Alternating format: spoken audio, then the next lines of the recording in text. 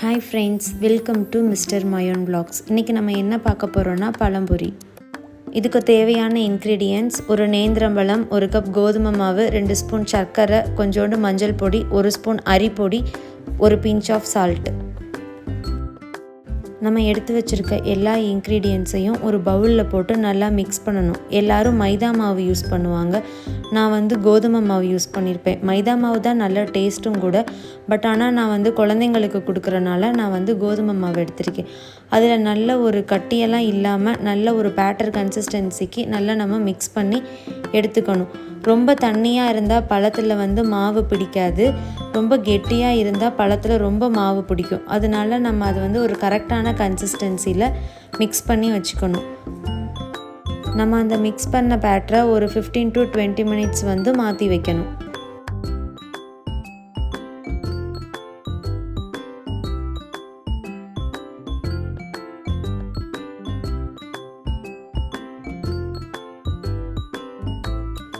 Twenty மினிட்ஸ்க்கு அப்புறம் நமக்கு அந்த பேட்டர் நல்லா ரெடி ஆயிடுச்சு. இப்போ நம்ம ஒரு கடாயில் எண்ணெய் போட்டுட்டு அந்த நேந்திரம்பழத்தை அந்த பேட்டரில் முக்கி நம்ம பழம்பொரி பண்ண ஸ்டார்ட் பண்ணுறோம்.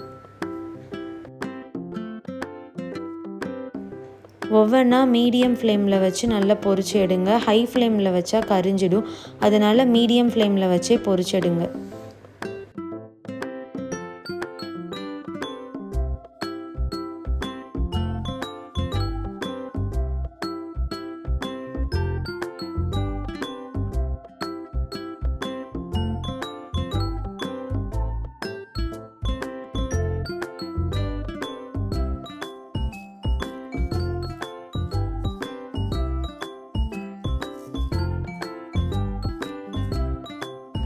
இந்த ரெசிப்பியை ஈவினிங் டைம் ஸ்நாக்ஸாக உங்கள் ஃபேமிலியில் இருக்கிறவங்களுக்கு செஞ்சு கொடுங்க.